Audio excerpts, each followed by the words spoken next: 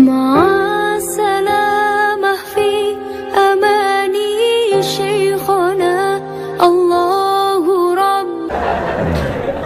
Maksud saya itu tadi adik-adik yang men-shooting, kalau mau di-upload tolong yang mogok tadi diedit. Soalnya nanti Vespa yang mogok yang dibully Pak Anies juga. Pokoknya apapun yang terjadi di Jakarta ini semua salah Pak Anies. Padahal Vespanya mogok. Setelah sampai tadi saya tanya, itu Vespanya kok mogok Ustadz Somad? Itu businya busi untuk sepeda motor balap. Dia nggak bisa pelan. Yang naik Ustadz itu kan pelan. Astagfirullah Rabbal baraya. Tapi Masya Allah tabarakallah, luar biasa kesan. Sudah lama saya tidak naik Vespa, ini udah puluhan tahun. Ternyata kalau kita ikut anak muda itu luar biasa. Kita pun ikut muda. Saya sekarang ini rasa-rasa umur 24 aja sekarang.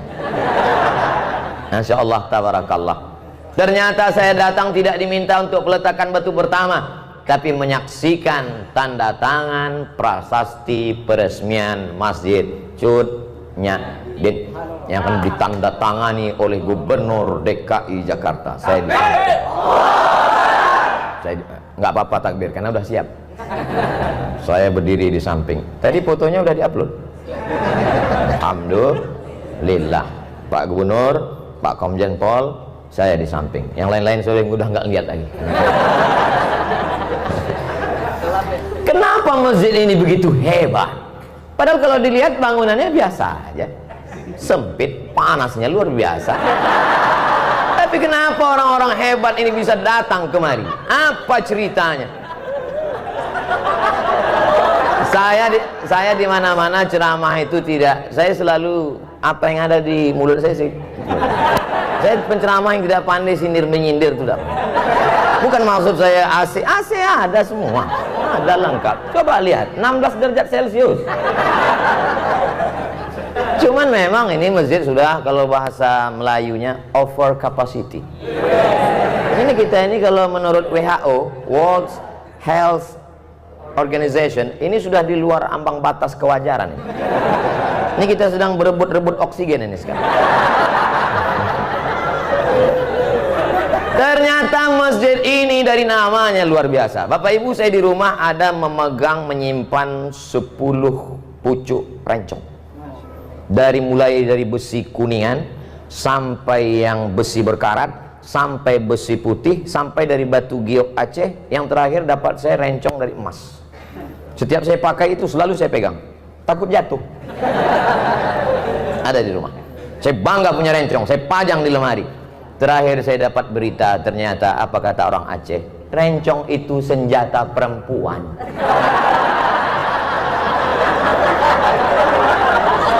Loh, kenapa rencong senjata perempuan? Karena itu membunuh dari jarak dekat. Perempuan Aceh memegang rencong. Ketika dia lihat ada yang membahayakan kehormatannya, harga dirinya, maka dia akan tusuk dari jarak dekat, mati dalam genggaman tangannya. Siapa dia? Cut Nyadin. Jadi masjid ini bukan sembarang nama. Jangan nanti ditanya orang, kamu sholat dari mana? Masjid. Masjid apa? Cut Nyadin. Apa filosofinya? Entah. Cut Nyadin adalah manusia perempuan luar biasa. Diasingkan dalam keadaan kena sakit malaria, dibuang dari kampung halamannya. Bagi dia lebih baik putih tulang daripada putih mata melihat tanah kelahirannya diambil oleh Belanda. Alhamdulillah Belanda sudah pulang semua karena teriakan bangsa Indonesia, takbir! Lari Belanda, tinggal terong Belanda lagi. Habis.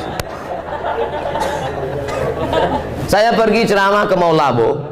Di antara tokoh di Maulabo masih Aceh juga, namanya Teku Umar. Kalau Tengku itu ulama, kalau Teku itu bangsawan, bangsa yang hidup di awan. Teku Umar bangsawan. Ketika saya meminum kopi di warung di depan Masjid Islamic Center, tertulis di situ gambar Teku Umar besar. Andai aku mati, maka aku mati syahid. Andai aku hidup besok pagi, aku masih bisa minum kopi.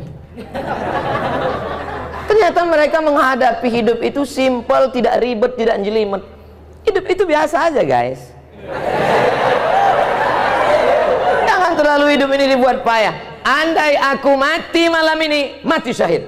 Andai hidup besok pagi, masih bisa minum kopi. Hidup sudah pahit, jangan minum kopi pahit. Tapi jangan ditulis di baju kaos. Ini banyak anak muda dapat ide langsung tulis, hidup sudah pahit, jangan minum kopi pahit. Dipakai sholat berjamaah. Bahaya, teman di belakang yang senyum. Makanya kalau ke masjid jangan pakai baju yang bertulis-tulisan. Polos aja seperti baju saya, baju Pak Anies. Kami tidak pernah bersepakat untuk satu warna. Beliau pakai baju biru, saya pakai sal biru. Memang ternyata orang kalau sehati itu memang. Saudara yang dimuliakan Allah Subhanahu wa taala, apa kelebihan masjid ini? Namanya punya kelebihan, perjuangannya. Maka setiap orang yang sholat di sini mengambil prinsip perjuangan itu. Sedang perempuan saja tidak mau menyerah kepada Belanda, apalagi laki-laki. Kamu laki-laki apa perempuan? Gitu kalau jawab. Sekarang banyak juga laki-laki ini ketika ditanya, kalau laki-laki apa perempuan? Eka sebenarnya perempuan, terjebak di tubuh laki-laki. Kalau ada yang model-model begini, serahkan ke Pak Komjen Pol, serahkan ke Pak Polisi supaya dilatih dia gerak jalan. Memang awal-awalnya dia dilatih, dia karate biar bangkit semangat jantannya. Suruh dia lari, mungkin larinya, tapi kalau udah diikatkan di situ daging, suruh kejar anjing herder, insya Allah hilang bencongnya. Saudara yang dimuliakan Allah Subhanahu wa taala, kenapa dengan Masjid Chunyadin? Ternyata masjid ini kecil tapi perjuangannya luar biasa. Disebutkan oleh Pak Gubernur tadi, kanan jalan, kiri jalan, depan jalan, belakang jalan. Tapi akal tak pernah putus untuk berpikir bagaimana membangun rumah Allah. Tidak bisa ke samping, harus ke atas. Makanya pertumbuhan itu ke atas, bukan ke samping. Ke atas, tidak pernah putus asa. Ibu-ibu tadi semua di bawah, mohon maaf Bapak Gubernur, Bapak Komjen Pol, ketika saya naik tadi agak terlambat di atas. Pak Gubernur minta saya duluan, saya bilang Pak Gubernur duluan. Pak Komjen Pol, saya ini jelaskan supaya jangan sampai nanti ditulis Pak Gubernur mendahului Ustadz, kena lagi. Pak Gubernur tadi mau saya duluan, saya bilang Bapak duluan. Kemudian Pak Komjen Pol, saya bilang Pak Safrudin duluan. Kenapa Ustadz belakangan? Saya masih mau menase kepada ibu-ibu semua. Mereka di bawah menyaksikan kita dengan layar. Pak pengurus masjid, di bawah ada layar, mereka bisa lihat kita. Alhamdulillah. Ibu-ibu yang di bawah jangan berkecil hati, karena saya ini lebih bagus di layar daripada aslinya. Al-Mukarram, Ustadz, guru-guru kita tak dapat disebut satu persatu, tapi insya Allah semuanya masuk ke dalam surga Allah. Apa kehebatan masjid ini? Ternyata setiap hari Jumat ada program makan gratis. Mudah-mudahan setelah diumumkan ini Jumat nanti semakin banyak yang nyumbang, bukan semakin banyak yang datang bawa perut kosong. Saya dulu pernah 2 semester di UKM, University Kebangsaan Malaysia Selangor, tidak selesai karena saya dapat beasiswa ke Maroko. Lalu saya tinggalkan 2 semester di UKM. Kemarin saya pergi ke UKM, Ustaz Somad berapa lama di UKM? Saya bilang 2 semester. Ustaz kami angkat jadi alumni. Loh, saya nggak tamat, saya bilang. Peraturan baru 4 hari saja belajar sudah yang alumni. Jadi saya sekarang dianggap sebagai alumni UKM Selangor, University Kebangsaan Malaysia. Banyak yang membahagiakan saya. Apa yang mau saya ceritakan tadi? Di masjid UKM itu setiap hari Jumat, dulu waktu kami kuliah, saya paling cepat datang ke masjid. Kenapa? Karena kalau kita datang zuhur jam 12.30 baru azan, jam 12 itu ada semangka, ada pisang. Jadi ternyata memotivasi mahasiswa yang memang sulit uang belanja waktu itu. Awal-awalnya itu pemanis, tapi kata pepatah orang Melayu, Allah bisa karena biasa. Pancingan anak-anak muda, mungkin awalnya dia niatnya tidak untuk sholat Jumat. Kau datang kemari kenapa? Lapar mau makan siang. Itulah makna dakwah. Coba lihat bahasa Arab, da'a ya'du'u da'watan. Dakwah artinya ad-da'watu ila ta'am, mengajak ngajak makan. Asal muasal kata dakwah itu ngajak makan.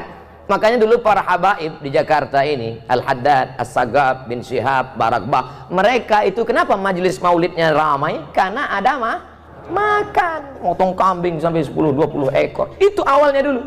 Kiai-kiai di Jawa itu tanam padi luas, maka kalau santri-santri datang dikasih makan. Ini belum jelas nih, habisnya ada makan apa enggak?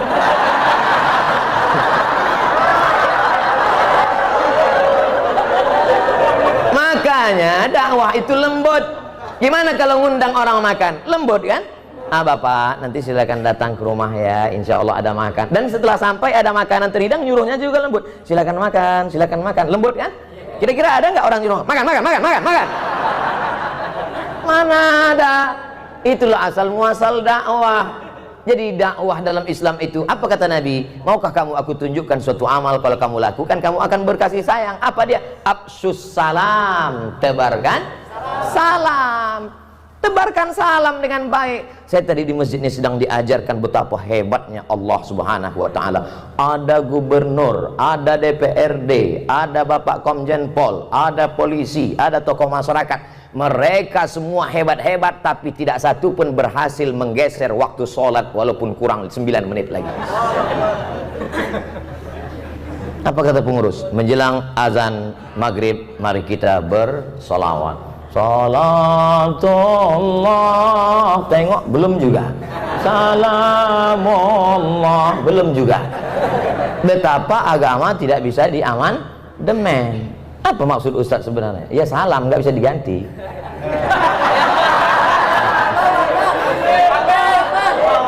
Kadang orang sulit nangkap isi ceramah saya. Memang gitu kalau orang cerdas ngomong, payah gitu. Saudara yang dimuliakan Allah Subhanahu wa taala, maka yang bisa kita robah itu bukan waktu sholat, bukan sesuatu yang sudah baku, tapi yang kita robah adalah yang berada bunga-bunganya, hiasan-hiasannya. Yang sebelumnya di masjid cuman ada datang sholat, datang ada makanan. Tirulah Masjid Cut Nyadin. Hai saudaraku pengurus-pengurus masjid dimanapun berada, jangan bangga dengan uang kas masjid begitu banyak. Sebelum khotib naik mimbar, mari kita dengarkan dulu pengumuman dari ketua masjid. Alhamdulillah, masjid kita saat ini ada uang kas 200 juta. Bangga. Uang siapa? Bukan itu kebanggaan masjid. Perhatikan karpetnya, perhatikan tangganya, perhatikan suara. Saya semangat ceramah ini, kenapa? Suara mikrofon menggelegar. Kadang kita mau ceramah ini baru awal ini udah putus-putus. Asal mari nur. Tapi alhamdulillah tabarakallah, bangga. Jadi uang masjid itu manfaatkan untuk kepentingan umat. Tiru masjid ini. Ustaz Somad, ini masjid ini setiap hari Jumat ada makannya. Dari mana Pak? Tidak tahu dari mana. Hamba Allah ada saja datang. Masya Allah tabarakallah. Buat pengumuman. Rumah makan yang berada di sekitar masjid, silakan setiap rumah makan kirim 10 bungkus. Awas kalau nggak ngirim. Ngajak, bukan ngejek, merangkul, bukan memukul. Wahai yang punya rumah makan, kalau kamu mau laris, mau dagangannya berkah, kirimkan. Kalau enggak, lihatlah nanti. Ada program yang luar biasa. Kadang saya melihat masjid yang megah, yang cantik, yang indah tuh kadang hati-hati juga. Di beberapa masjid saya pernah ceramah, masuk saya, karpetnya bagus sekali. Begitu saya injak, kaki saya tenggelam. Bagus sekali. Pas mau saya puji, tiba-tiba masuk kertas dari belakang. Tertulis, Ustaz Somad tolong umumkan, karpet masih ngutang. Tapi dari tadi Masjid Cut Nyadin, Masya Allah tabarakallah, indah. Lampunya indah, kaligrafinya mantap, terang benderang. Kadang di beberapa masjid saya ceramah direkam gelap. Ada komen di YouTube itu, Ustadz muka hitam sesat. Tapi di Masjid Cut Nyadin, Masya Allah tabarakallah, cantik dan indah. Apalagi program-program yang ada, anak-anak muda diajar silat. Ini ada program anak mudanya di sini diajar silat. Ini sekarang banyak orang pandai bersilat, silat lidah.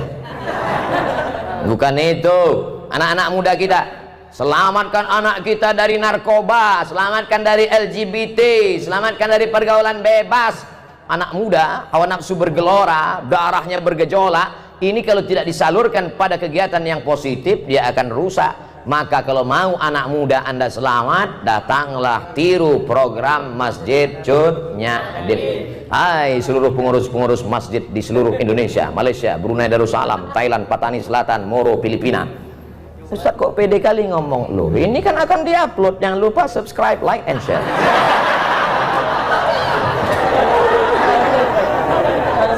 Mereka yang bingung gimana masjidnya. Mohon maaf, kita kadang berkecil hati di sebagian masjid itu. Maaf, beri maaf, ini tidak ada terjadi di Jakarta. Adapun di Jakarta, Pak Wakil Ketua DMI tadi sudah ngasih tahu, masjid di Jakarta sholat subuhnya sudah seperti sholat Jumat. Kalau sudah sholat subuh seperti sholat Jumat, tak lama lagi Palestina akan merdeka. Dulu Palestina dibebaskan oleh Umar bin Khattab, Arab Quraisy. Dulu Palestina sudah dibebaskan oleh Salahuddin Al-Ayyubi, Sultan Saladin, Kurdistan, dari Kurdi. Dulu Palestina sudah dibebaskan, Konstantinopel dibebaskan oleh dia, Muhammad Al-Fatih, Turki. 3 bangsa besar sudah dapat jatah. Arab Quraisy sudah, Kurdi sudah, Turki sudah. Siapa yang belum? Orang Jakarta yang akan membebaskan Palestina, pemuda-pemuda yang istiqomah, bikers subuhan. Tulis berikut ini pemasangan jaket kepada Ustadz Abdul Somad dari bikers subuhan. Pakai begitu, habis pakai foto-foto, selesai itu saya pun naik lah jam 5 subuh ke masjid. Habis itu masuk angin. Selesai dari masjid langsung ketuanya datang. Mohon maaf Pak Ustadz, ya itu tolong jaketnya dibuka lagi. Pokoknya untuk foto aja. Enggak apa-apa, tapi kita tetap bangga. Kenapa? Yang ke masjid adalah anak-anakmu. Oh, enggak, itu di Jakarta, di tempat lain menyedihkan. Yang ke masjid ini yang udah ya diintai-intai malaikat maut. Mengingat mati. Masjid kita Masya Allah tabarakallah tuh anak-anak muda berdiri. Anak muda. Gimana anak muda ini bisa berdiri? Nggak dapat tempat. Masjid aja nggak bisa masuk, apalagi di sorga.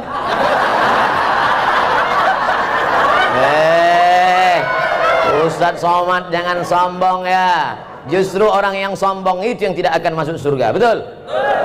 Loh, banyak yang la yadkhulul jannah, tak masuk surga man kana fi qalbihi, siapa yang dalam hatinya mithqala habbatin min khardalin min kibrin, ada sombong sebesar biji sawi. Saya akan menyampaikan ini tepat pada 7.20. Setelah itu saya mohon izin. Loh, Ustadz yang ngajak orang sholat berjamaah apa nggak sholat isya? Saya sudah jamak takdim. Ini perlu saya jelaskan, jangan nanti jadi fitnah. Ustadz Somad diajak oleh gubernur nggak sholat isya berjamaah. Pak Gubernur lagi yang kena.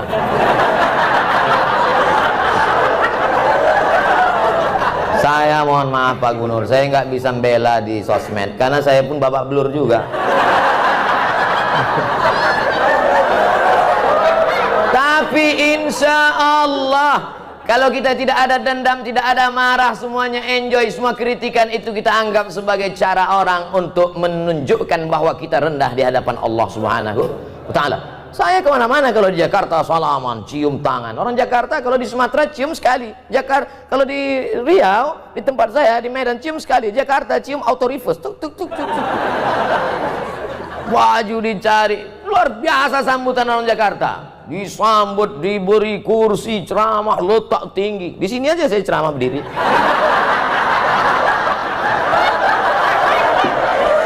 Biasa. Itu kalau tidak dibully orang, kalau tidak diejek orang, itu lama-lama muncul ujub kita, muncul takbur kita. Dipanggil Al-Mukarram, Al-Ustadz, Sahibul Fadilah, Profesor, Doktor, Abdul Somad, LCM. Lobang hidung hampir sebesar terowongan Mina. Tapi begitu kita dibully, diejek orang baru sadar. Di situ dia panggil aja, Somad, Tomat, kurus kering krempeng gitu. Dulu awal-awalnya saya termasuk orang emosi juga. Begitu dia bully sekali, saya lapor ke Polda. Lapor Polda panggil. Saya datang 2 kali, saya datang ke kejaksaan. Udah saya duduk, mana dia Pak yang bully saya kemarin? Mencret. Sejak itu saya nggak mau lapor lagi. Ternyata yang di internet bully itu pengecut semua. Pernah jumpa saya di parkiran mobil. Saya kalau di Riau nggak pernah pakai pengawal, nggak ada pakai saya nyetir sendiri. Ketemu saya itu yang ngejek, saya kejar, pantang-panting lari. Oleh sebab itu maka Allah membela. Saya tidak pernah menyusun skenario harus begitu, harus begini. Enggak, saya belajar aja. Belajar saya kesudahan, habis itu nulis disertasi. Sidang saya 24 Desember diumumkan oleh Profesor Dr. Umar Al-Ma'ruf Ali dengan ini. Setelah menyidangkan disertasi setebal 637 halaman, maka anak Indonesia ini melayak dapat gelar PhD Doctor of Philosophy dengan gelar Doctor of Philosophy Mumtaz Cum Laude gitu. Selesai bulan Desember. Bulan Januarinya terbang saya ke Brunei Darussalam, diumumkan oleh Rektor Unnisa dengan ini melantik Profesor Dr. Abdul Somad LCMA sebagai visiting professor pada Faculty of Usuluddin University Islam Sultan Syarif Ali Brunei Darussalam. Selesai, habis, itu aja kok repot. Oleh sebab itu saudara yang dimuliakan Allah SWT, jangan pernah berharap kepada manusia, jangan pernah bersandar kepada manusia, bersandarlah kepada Allah. Apa pernah saya membalas caci maki sumpah serapah di YouTube, di Instagram? Ada? Nggak ada, orang saya nggak baca.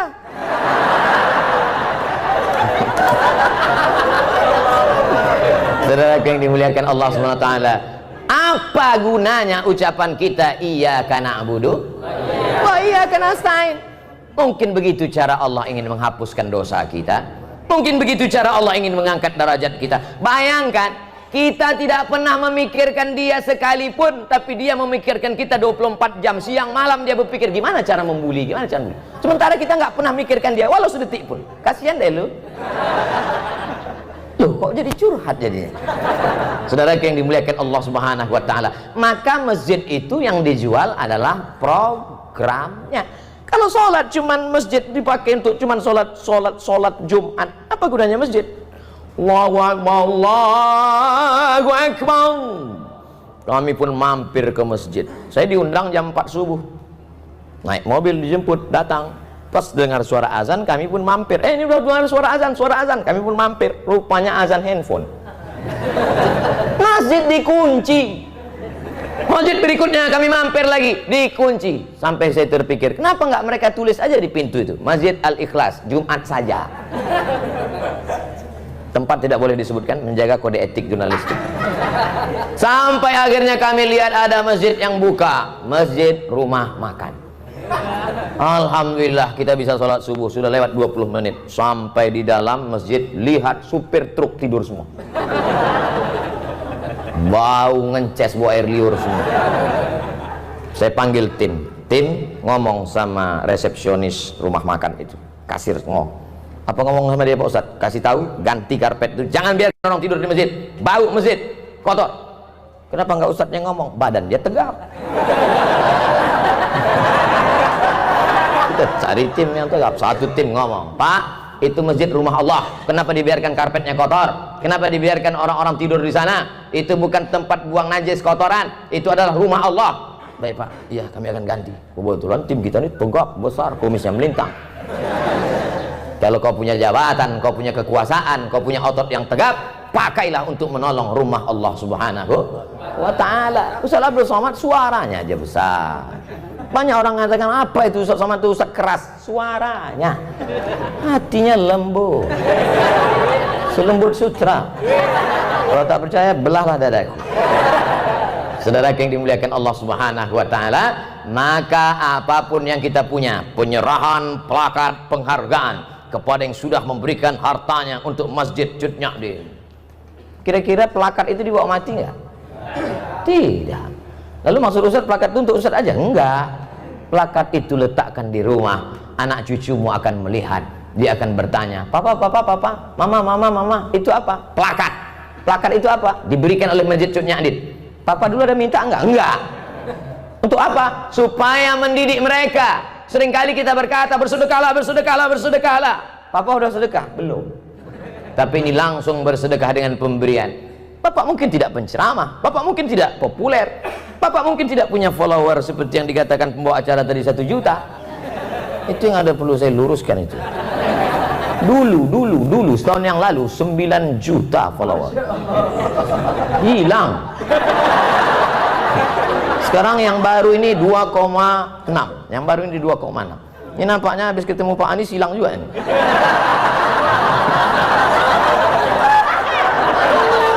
Lagi yang dimuliakan Allah SWT. Makanya harus follow. Udah follow atau belum? Artinya apa? Bahwa pendidikan itu bukan hanya ucapan kata-kata yang diuntai begitu indah, tapi langsung action. Jangan sampai NATO, no action, talking only. Sesuatu ada actionnya. Alhamdulillah, masjid cantik, kaligrafinya, masya Allah, tabarakallah. Setiap orang masuk kemari pasti semuanya berdecak kagum melihat lampunya, macam lihat kucing. Wabtaghi fima atakallahu daral akhirah. Carilah persiapanmu untuk akhirat. Salat tahajud semalam suntuk, silakan. Mau berinfak, berzakat, bersedekah, habis harta, silakan. Wala tansa nasibaka minad dunya. Jangan lupa hidupmu di dunia. Saya tidak mau setelah peresmian masjid ini semuanya di masjid. Sedikit. Bapak nggak cari nafkah akhirat. Istrinya ngutang di warung. Wabtaghi fima atakallahu daral akhirah. Cari persiapan untuk negeri akhirat. Silakan tahajud sepanjang malam. Wala tansa nasibaka minat dunia. Ini untuk membantu bapak-bapak. Mana tahu nanti anaknya nanya, Bapak, ini apa bacaannya? Kemarin udah dibacakan sama. Ntar kita cari videonya.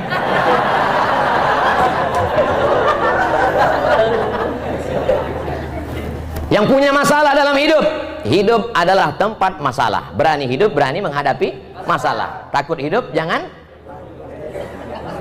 Wa may yattaqillaha yaj'al lahu makhraja. Siapa yang bertakwa kepada Allah, maka Allah akan berikan dia makhraja, solusi terhadap masalah yang dia hidup. Apapun masalah hidupmu, kuncinya satu, takut kepada Allah. Ini sekarang orang takutnya bukan sama Allah. Ayyalas salah. Iya Pak. Kalau atasannya yang manggil, ya Pak, sebentar Pak. Oke Pak, iya Pak. Datang jam 7 ya, 6.30 sudah duduk. Tapi kalau panggilan Allah, hayyalas salat, tetap. Ente enggak ke masjid? Waktu panjang, brother.